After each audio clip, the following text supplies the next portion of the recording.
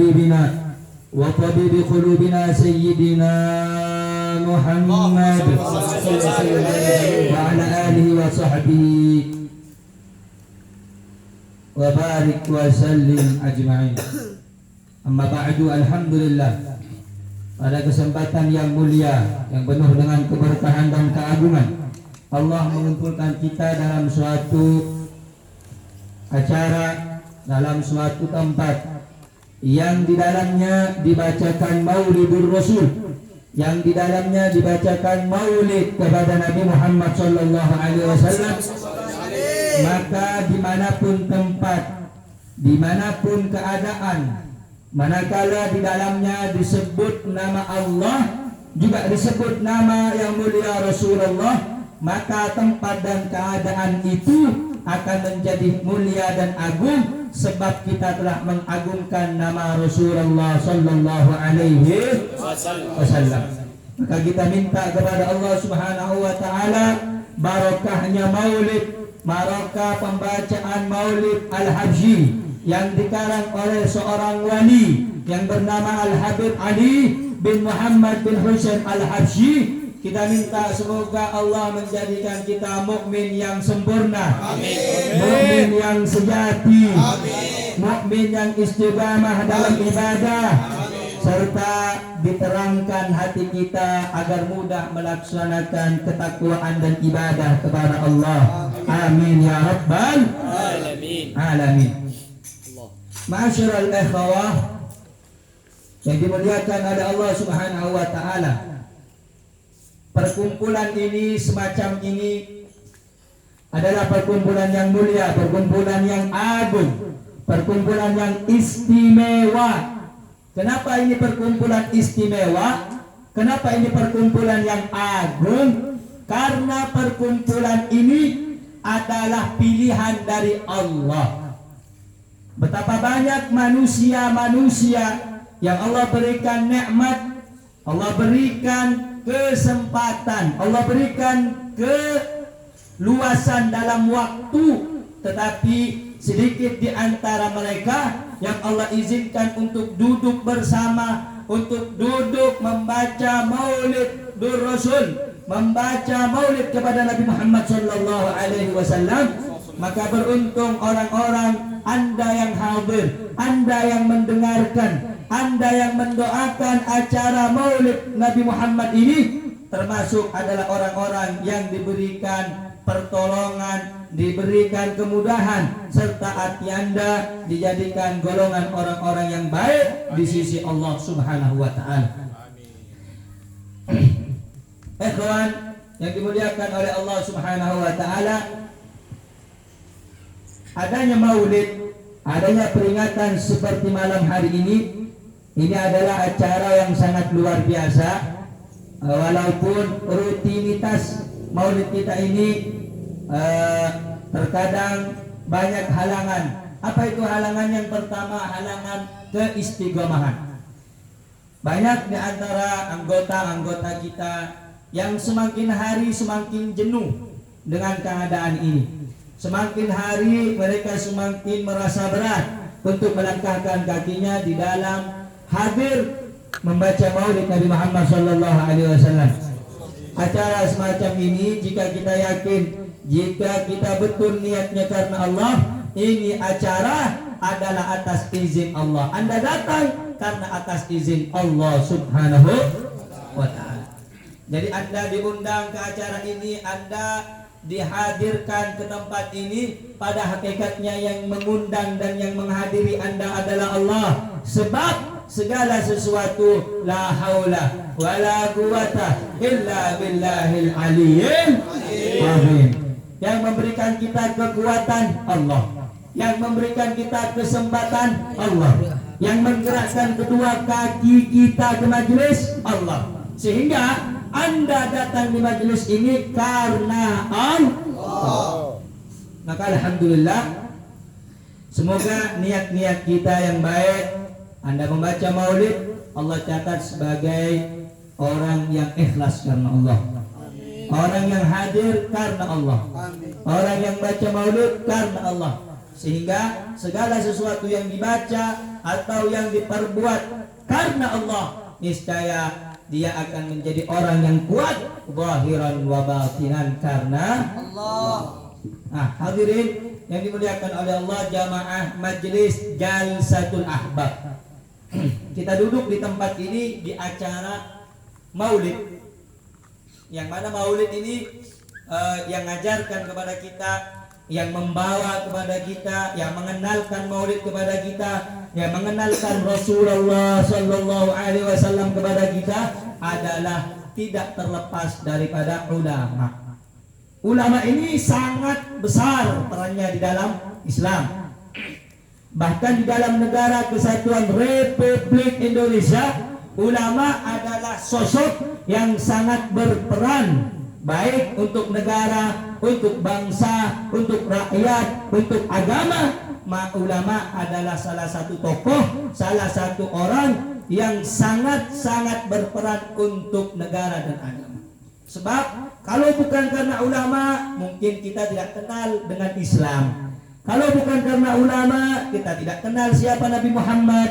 Kalau bukan karena ulama, kita mungkin tidak tahu ngaji, nggak tahu baca Al-Quran, tidak tahu memahami Islam, bagaimana fikih, bagaimana sah dan batalnya sholat, bagaimana sunnah, rukun, wajibnya sholat. Tanpa ulama, kita tidak akan tahu. Sehingga datanglah ulama, Wali Songo datang ke Indonesia, para habaib datang ke Indonesia, para kiai menyebarkan ilmu, menyebarkan syariat ke seluruh pelosok Nusantara, ke seluruh pelosok negeri, ke seluruh pelosok desa-desa. Tujuannya apa? Supaya kita kenal kepada Allah, agar kita kenal ulama, agar kita kenal Rasulullah. Sehingga sangat berperan, sangat besar sekali para ulama. Penting bagi kita berterima kasih kepada para ulama. Harus berterima kasih, bersyukur kepada Allah atas dihadirkannya ulama di tengah-tengah kita. Dan bagaimana cara kita bersyukur kepada Allah atas adanya ulama, yaitu dengan cara mencintai mereka, menghormati mereka, mengikuti mereka, serta mencontoh dan menteladani mereka, yang mana selama ulama tersebut tidak keluar daripada jalan syariat, yaitu Al-Quran dan hadis. Kenapa bisa dikatakan ada ulama juga yang menyimpang dari syariat Al-Quran dan hadis? Ada, karena Rasulullah SAW telah mengatakan dalam hadis, ada sesuatu yang lebih aku khawatirkan, ada sesuatu yang lebih aku takutkan, kata Nabi Muhammad, daripada Dajjal. Siapa, kata sahabat, ya Rasulullah? Ulama usu', ulama yang tidak baik, ulama yang sesat, ulama yang hanya mencari hidup dalam Islam, bukan menghidupkan Islam. Mereka bukan menghidupkan dakwah, tapi cari hidup dalam dakwah. Nah, ulama yang semacam ini, ulama yang lebih menampakkan kemungkaran, menampakkan kesesatan, mereka ulama yang dikhawatirkan oleh Nabi kita Sayyiduna Muhammad Sallallahu Alaihi Wasallam. Nah, saudara-saudara, ada yang lebih ditakutkan oleh Nabi, ada yang lebih dikhawatirkan oleh Nabi. Siapa itu? Apa yang dikhawatirkan oleh Nabi? Yang dikhawatirkan dan ditakutkan oleh Nabi adalah ulama yang ulama yang jelek, ulama yang tidak baik. Sehingga kita wajib untuk mengikuti ulama yang istiqomah. Kira-kira sampai sini jelas tidak? Jelas tidak? Jadi ulama ada yang istiqamah, ada yang tidak istiqamah, ada yang benar, ada yang tidak benar, ada yang kanan, ada yang kiri, ada yang benar, ada yang tidak benar, saudara. Nah, sedikit yang ingin saya sampaikan, penting bagi kita mengenal ulama di akhir zaman. Tolong diperhatikan baik, didengarkan, diperhatikan, agar kita bisa membentengi diri kita dari pemahaman-pemahaman yang saat ini di negara kita masuk berbagai macam pemahaman yang menyimpang dari syariat, yang menyimpang daripada Al-Quran, yang menyimpang daripada hadis Rasulullah Sallallahu Alaihi Wasallam. Ada aliran liberalisme, ada aliran sekularisme, ada aliran animisme, bermacam-macam aliran yang ada di Indonesia. Maka beruntung dan selamat orang yang masih berpegang teguh pada akidah Ahlus Sunnah wal Jamaah. Apa itu Ahlus Sunnah wal Jamaah? Adalah suatu akidah yang telah didirikan oleh yang didirikan oleh ya Allah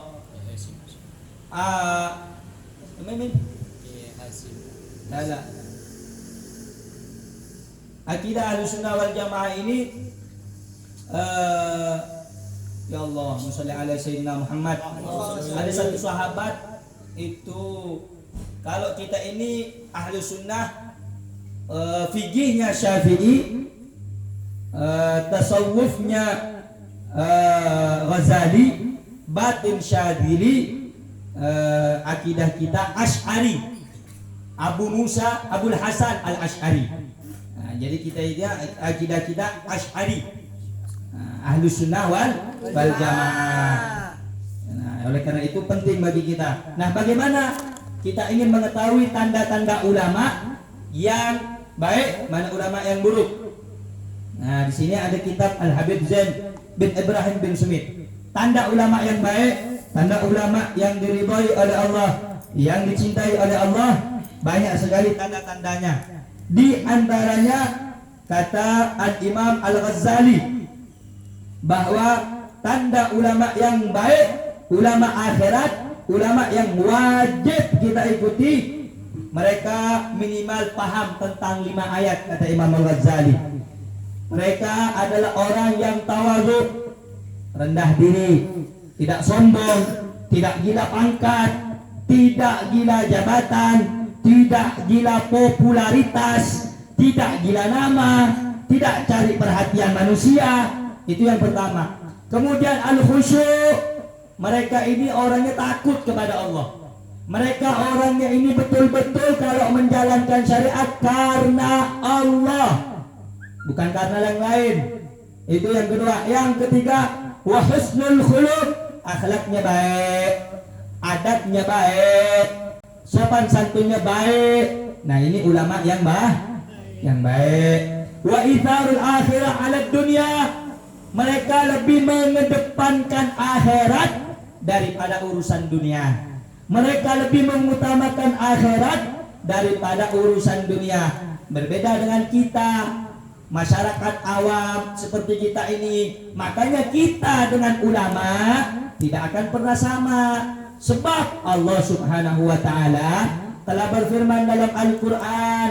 Allah Subhanahu wa ta'ala berfirman, "Qul hal yastawil ladina ya'lamun wal ladina la ya'lamun." Katakan, apakah sama orang yang tahu dengan orang yang tidak tahu? Apakah sama orang yang alim dengan orang yang tidak alim? Allah Subhanahu wa ta'ala telah bilang dalam Al-Quran seperti itu. Kemudian kata ulama ahli tafsir, ay la yastawna abada la fid dunya wa la fil akhirah.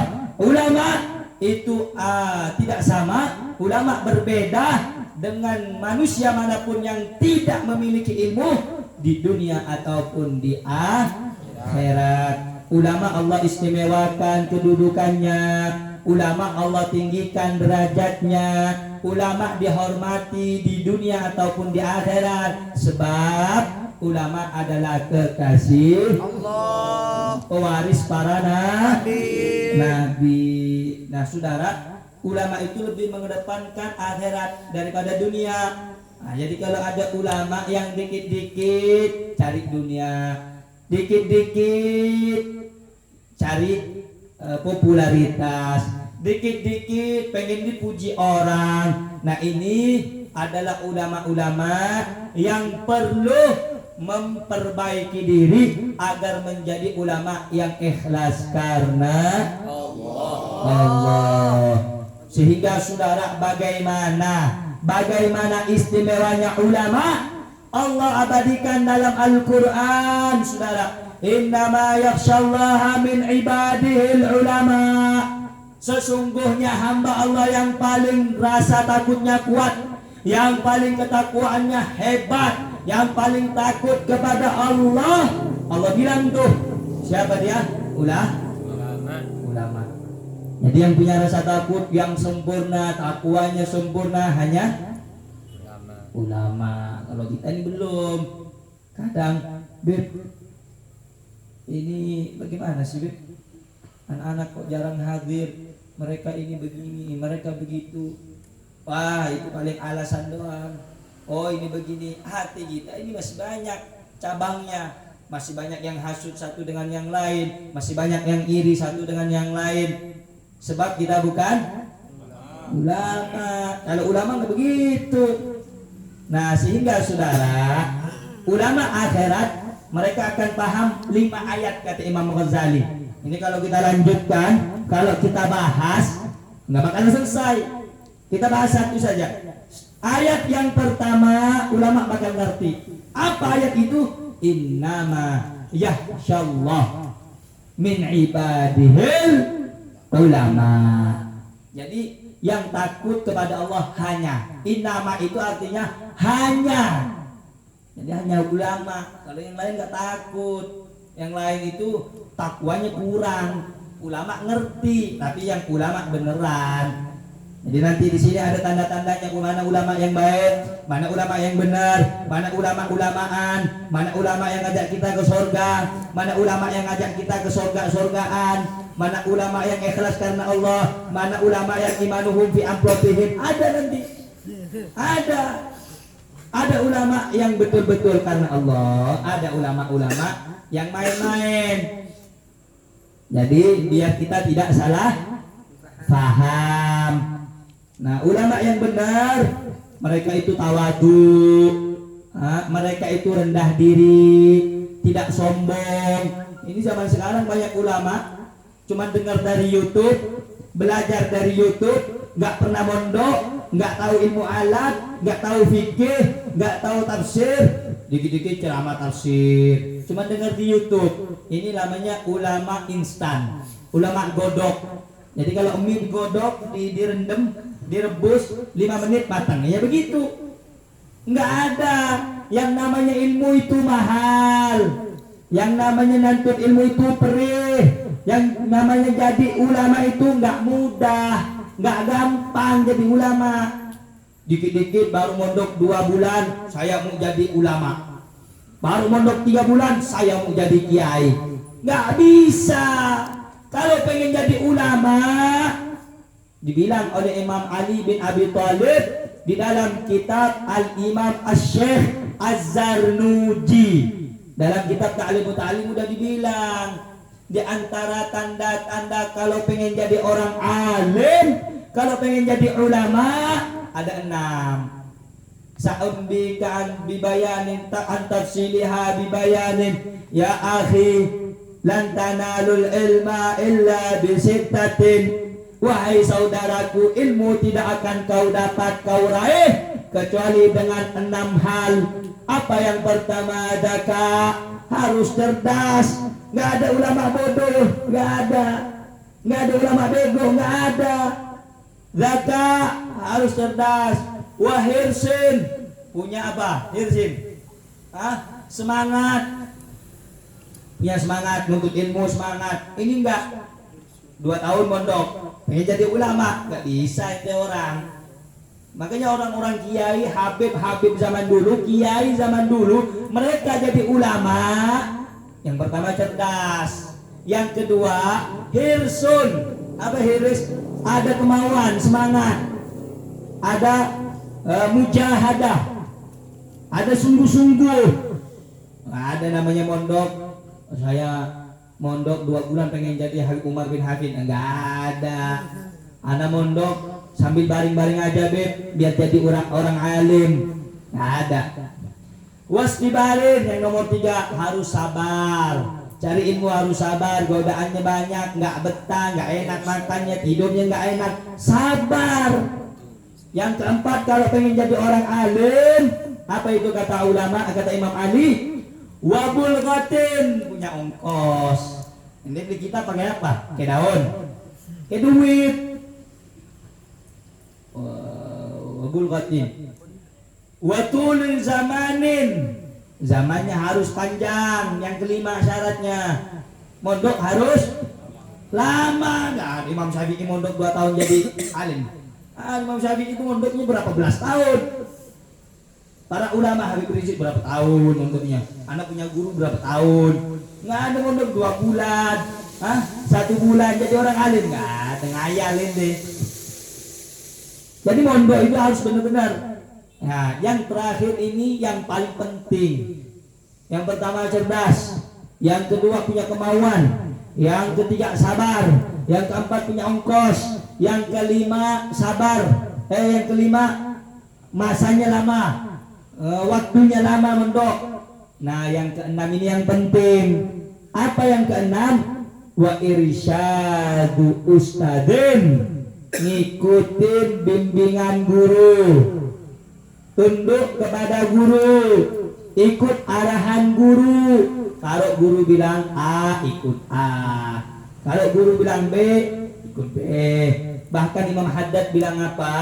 Kita di hadapan guru bagaikan mayat di hadapan orang yang tukang mandi. Mau diapain aja terserah. Kita tahu mayat? Mau diapain? Di rumah. Ini apa?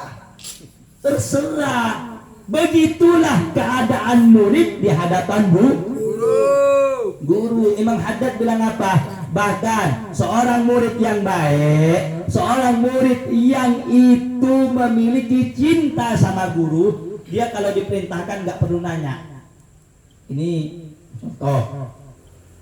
Kamu kesini, sampaikan ini, Kiai, ini rumahnya di mana? Ini nanti cara ngomongnya bagaimana?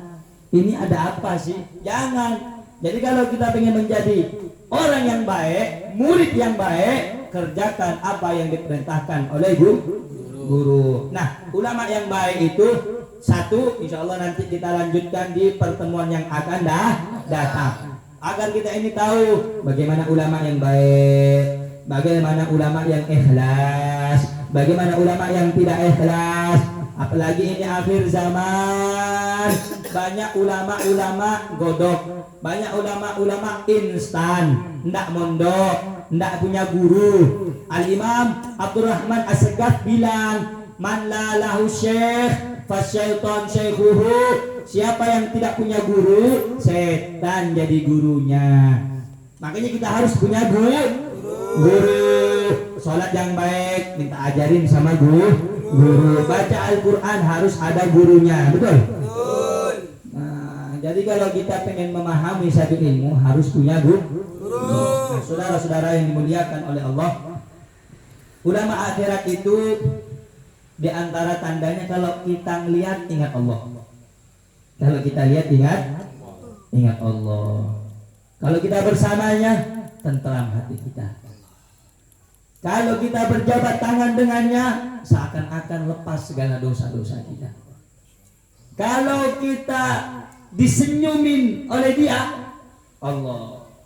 Bahkan dikatakan oleh Rasulullah sallallahu alaihi wasallam, man nadhara ila wajhi alimin, siapa orang yang melihat wajahnya orang alim, kemudian orang alim tersebut gembira karena ente orang lihat kepada dia, Allah ciptakan dari kebahagiaan orang alim tersebut satu malaikat yang memohonkan ampun kepada Allah atas dosa-dosa ente semuanya. Jadi ente melihat ulama nih, ulama senang sama ente sampai senyum. Dari senyumnya ulama itu Allah berikan satu malaikat, Allah ciptakan satu malaikat yang sampai hari kiamat mendoakan ente dosa-dosanya agar diampuni oleh Allah. Ini ente kalau melihat ulama, bagaimana kalau ente cinta ulama, dekat dengan ulama. Nah, oleh karena itu majelis ini ditanamkan dalam hati Anda semuanya tanamkan cinta kepada Allah, cinta kepada Rasulullah, cinta kepada pewarisnya Rasulullah, yakni para ulama. Insya Allah kita semuanya akan bersama orang saleh, akan bersama dengan ulama, akan bersama Rasulullah sallallahu alaihi wasallam. Semoga kita semuanya ini diberikan keistiqomahan dalam ibadah, diberikan istiqomah dalam majlis ini, serta dijadikan orang yang ikhlas karena Allah, dijadikan orang yang istiqomah karena Allah, serta semoga kita yang hadir ini menjadi orang yang nanti sebagai penyampai risalahnya Nabi Muhammad, dan semoga kita termasuk orang-orang yang menjadi penyeru ke jalan Allah Subhanahu wa taala. Amin ya rabbal alamin. Walhamdulillahi rabbil alamin. Wassalamualaikum warahmatullahi wabarakatuh. Waalaikumsalam warahmatullahi